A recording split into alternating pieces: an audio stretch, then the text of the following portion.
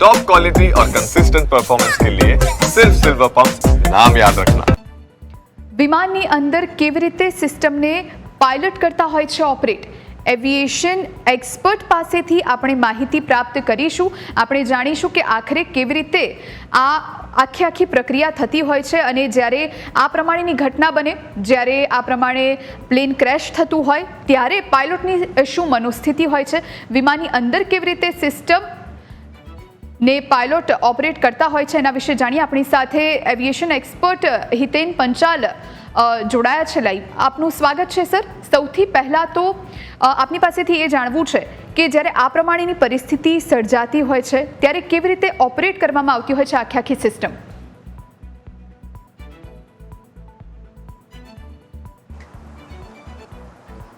Okay, generally જ્યારે pilot plane departure કરવા માટે રેડી હોય છે ત્યારે ઘણા બધા ફંક્શન્સનું એને રિપોર્ટિંગ મળતું હોય છે. એરપોર્ટ જનરલી કેવી રીતે કામ કરે છે તો એક એનું કસ્ટમર સર્વિસ ડિપાર્ટમેન્ટ હોય છે અને એક ઓપરેશન ડિપાર્ટમેન્ટ હોય છે. આ ઓપરેશન ડિપાર્ટમેન્ટ જે છે એ એટીસી ટાવર, જે એર ટ્રાફિક કંટ્રોલ ટાવર હોય એની જોડે કનેક્ટેડ હોય છે અને એઓસીસીનું કામ જે છે એ જે પણ એરક્રાફ્ટ ડિપાર્ચર થવાનું હોય છે એના દરેકે દરેક ડેટા પાસ ઓન કરવાનું હોય છે પાયલટને, જેથી કરીને પાયલટને પાસે જેટલા ડેટા છે એ રીડ કરે અને એના દરેકે દરેક વસ્તુની સિસ્ટમ ચેક એની પાસે ચેકલિસ્ટમાં હોય કે દરેક વસ્તુ ફંક્શનલ છે અને રેડી ટુ ડિપાર્ટ છે, એટલે રેડી ટુ ગો છે. જ્યારે આવી રીતની ફંક્શન થતું હોય ત્યારે જ આટલા હજારો ફ્લાઇટ દિવસના ડિપાર્ચર અને લેન્ડિંગ થતા હોય છે. બટ સમહાઉ આ જે દુર્ઘટના ઘટી એમાં કંઈક વસ્તુ મે બી રહી ગઈ હોય એવી આશંકા છે અને કોઈ વસ્તુ પાયલટની બહાર હતી જે એને ખબર નહીં પડી કે એ પર્ટિક્યુલર ફંક્શન કામ નથી કરતું, એ એને પછીથી આઈડેન્ટિફાઈ થયું અને એટલા માટે જ મારા ખ્યાલથી મેડે કોલ એ પાયલટે કરવો પડ્યો. રાઈટ સર, જે પ્રમાણે આપે કહ્યું કે પાયલટ પાસે એ પણ સમજવાનો સમય ન રહ્યો અને એટલા માટે જ મેડે કોલ એમણે જાહેર કર્યો, પરંતુ દુર્ભાગ્યપૂર્ણ રીતે આ ઘટના ઘટી ગઈ. સર, એ જાણવું છે કે જ્યારે આ પ્રમાણે ફોલ્ટ કે કોઈ પણ અન્ય ફોલ્ટ જ્યારે પ્લેનમાં સર્જાતા હોય ત્યારે સૌથી પહેલાં કેવી રીતની કામગીરી પાયલટ દ્વારા કરવામાં આવતી હોય છે? સૌથી પહેલાં તો એટીસી ટાવર જે છે એર ટ્રાફિક કંટ્રોલર, એના એન્જિનિયરોને ખબર પાડવામાં આવે છે કે કોઈક પ્રકારની પ્રોબ્લેમ ફેસ કરી રહ્યા છે પાયલટ, અને જનરલી તો આ વસ્તુ ડિપાર્ચર પહેલાંથી ચાલુ હોય છે એટીસી જોડે કે કઈ વસ્તુ, અને દરેક વસ્તુ ચેક કર્યા પછી જ પાયલટ જે રનવે પર એરક્રાફ્ટને છે લાવતા હોય છે. અને એટીસીનું પણ ફંક્શનિંગ એ જ હોય છે કે એરક્રાફ્ટને ફૂલ્લી ફંક્શન હોય ત્યારે જ એ લોકો રનવે પરથી એને અલાઉ કરતા હોય છે કે ડિપાર્ચર માટે રેડી છે. છતાં કોઈ વસ્તુ બહાર રહી ગઈ હોય તો આ એવું ફર્સ્ટ ટાઈમ પ્રોબેબલી બન્યું છે કે બહુ જ ઓછી ક્ષણોમાં, જેમ કે વિધિન 40 સેકન્ડ એક એરક્રાફ્ટ આટલું મોટું સ્ટોલ કરવામાં આવ્યું જે ફૂલ્લી ફંક્શન હોય છે, જે બોઈંગ એરક્રાફ્ટ છે, જે એવું તેવું એરક્રાફ્ટ નથી. આ એક ટેકનોલોજીકલી સાઉન્ડ એરક્રાફ્ટ માનવામાં આવે છે, Boeing 787, and it has a tremendous capacity to fly for more than 12-13 hours, કે એટલું ફ્લાય કરી શકે છે અને એનું ફ્યુલ કન્ઝમ્પશન પણ ખાસું એવું ઓછું છે જ્યારે ફ્લાય કરે છે.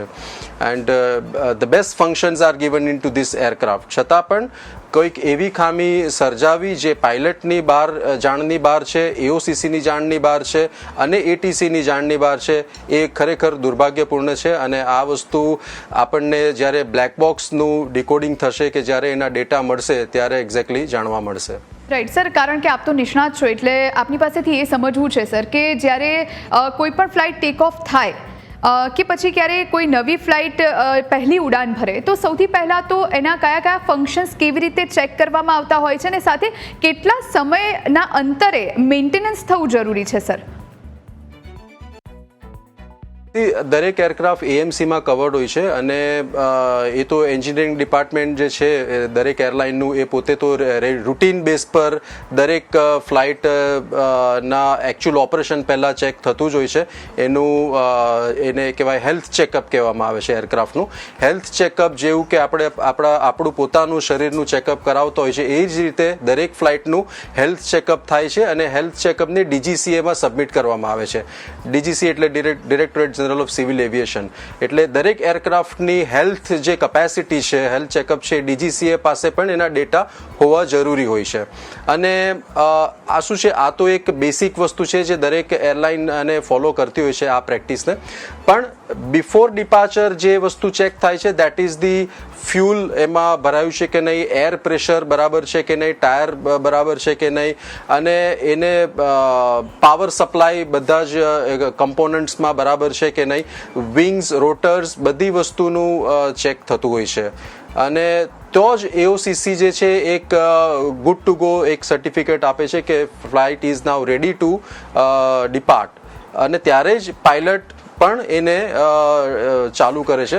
અને પાયલટ પણ ઇનફેક્ટ બિફોર એને રનવે પર લઈ જતા પહેલાં એના બેસિક ફંક્શન્સ જે હોય છે, જે તમે અહીંયા જોઈ રહ્યા છો, અમારા ત્યાં અમે શીખવીએ છીએ કે એના બેસિક ફંક્શન્સ પણ એ લોકોને ચેક કરવાના જ હોય છે પાયલટે before departure, before even taking it to the runway, કે રનવે પર લાવવા પહેલાં પણ ફંક્શન્સ બધા ચેક થતા હોય છે આના.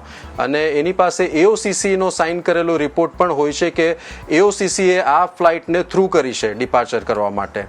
સો આવી દુર્ઘટના બનવી જનરલી આટલી ઇઝી નથી હોતી, કારણ કે there are several checkups before the flight actually departs. અને that too kind of Boeing 787 એક બહુ જ મોટું એરક્રાફ્ટ છે. એની કેપેસિટી લગભગ 200 ટનની હોય છે, એટલે એના ચેકઅપ્સ તો ઇનફેક્ટ વધારે હોય. અને yes, international aircraft, international route હતો તો આનું તો એક સિવિયર ચેકઅપ થતું હોય છે. રાઈટ. સર, મારે એ જાણવું છે તમારી પાસે કે જે પ્રમાણે અત્યારે એર ઇન્ડિયાને નોટિસ ફટકારવામાં આવી છે અને હવે તપાસ થશે, આ પહેલાં પણ એવું કહેવામાં આવી રહ્યું છે કે 6 મહિના પહેલાં પણ આ ફ્લાઇટમાં ખામી સર્જાઈ હતી અને ત્યારબાદ પછી ઠીક કરી દેવામાં આવી, અને હવે જ્યારે આ ફ્લાઇટે ઉડાન ભરી અને ફરી એકવાર આ દુર્ઘટના સર્જાઈ, દુર્ભાગ્યપૂર્ણ વાત છે સ્વાભાવિક રીતે, પરંતુ આ બધામાં એરલાઇન્સની કઈ રીતની જવાબદારી હોય છે સર? કારણ કે હવે સીધી રીતે સવાલોના ઘેરામાં એરલાઇન્સ આવી ગઈ છે. એક્ઝેક્ટલી. જ્યારે પણ આવી કોઈ દુર્ઘટના થતી હોય છે તો first and foremost responsible body is airline itself, right? કે એરલાઇનના હાથમાં એરક્રાફ્ટ હતું, એ એરક્રાફ્ટ કોઈ બીજું હેન્ડલ નહીં કરતું હતું. તો એરલાઇને કયા પ્રિકોશન્સ લીધા, જ્યારે એરક્રાફ્ટને રનવે પર લાવ્યું એ પહેલાં કઈ કઈ વસ્તુ ચેક થઈ એની, અને એનું હેલ્થ ચેકઅપ શું હતું, એની હવે આખી હિસ્ટ્રી એ લોકોએ બતાવવી પડશે કે આ પર્ટિક્યુલર જે હતું AI-171 એની હેલ્થ હિસ્ટ્રી શું હતી, કે ક્યારે એનું કઈ વસ્તુનું કમ્પોનન્ટનું રિપ્લેસમેન્ટ થયું છે, કઈ વસ્તુને ચેકઅપ કરવામાં આવી છે, અને આ બધી વસ્તુ એક્ઝેક્ટલી એને ફ્લાય કરવા માટે અનુરૂપ હતી કે નહીં, આ દરેક વસ્તુને એર ઇન્ડિયાએ સબમિટ કરવી પડશે DGCAને હવે. રાઈટ. સર, અંતિમ સવાલ, કારણ કે જે પ્રમાણે પાયલોટનો પણ ઘણો સારો અનુભવ હતો, લગભગ 8,000 કલાક કરતાં વધુ પ્લેન ઉડાવવાનો અનુભવ તેમના નામે હતો, ત્યારે જ્યારે આ પ્રમાણે પ્લેન ક્રેશની જ્યારે કોઈ પરિસ્થિતિ સર્જાવવા જતી હોય અને જ્યારે તે કંઈ ઓપરેટ ન કરી શકતા હોય, બધી સિસ્ટમ હેંગ થઈ ગઈ હોય, કે જ્યારે કંઈ કામ ન કરી રહ્યું હોય, ત્યારે તેમની શું મનોસ્થિતિ હોય સર? વેલ, આ એક બહુ જ ઇમ્પોર્ટન્ટ ક્વેશ્ચન છે કે પાયલટને આટલો બધો અનુભવ હોવા છતાં જ્યારે જે એના હાથમાં સિસ્ટમ આપવામાં આવી છે અને એ પોતે સિસ્ટમ માટે લાચાર થઈ જાય છે કે એ લોકો એને જે ધારણા પ્રમાણે એને ઓપરેટ નથી કરી શકતા. કાલે જ મેં એક ડિબેટ જોઈ, એમાં એવું પણ માનવામાં આવે છે કે પાયલટને એવું લાગ્યું કે એમરજન્સી લેન્ડિંગ જરૂરી છે, એટલા માટે એણે લેન્ડિંગ ગિયર નીચે જ રાખ્યું.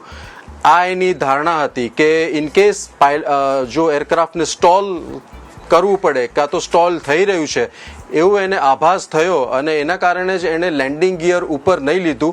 That food also have been one probability, but that is all અત્યારે કંઈ કહી શકાય એવું નથી. બટ યસ, પાયલટ ખૂબ જ લાચાર મારા ખ્યાલથી હતા કે સિસ્ટમ્સને જે પ્રમાણે એ લોકો ઓપરેટ કરવા માંગતા હતા, system were not able to give a response to that. અને ત્યારે એક માનસિકતા તો પાયલટની કોઈ એવી જોઈ શકે કે પોતાની જાનથી કરતાં પણ વધારે એને જેટલા પેસેન્જર સવાર હતા એ લોકોની જ મારા ખ્યાલથી ફિકર હોય છે. અને એક ટેન્સ સિચ્યુએશન છે કે now it is completely helpless and now there is nothing they can change, despite of there are lot of things they could have. So it is a very sad moment for this kind of pilot જેને 8,000થી વધારે કલાકનો અનુભવ હતો કે એક helpless પોતાની જાતને એક મે બી એમણે જોયા હશે કે એ કંઈ જ નથી કરી શકતા, because even then they have cut off the communication with ATC at the later end.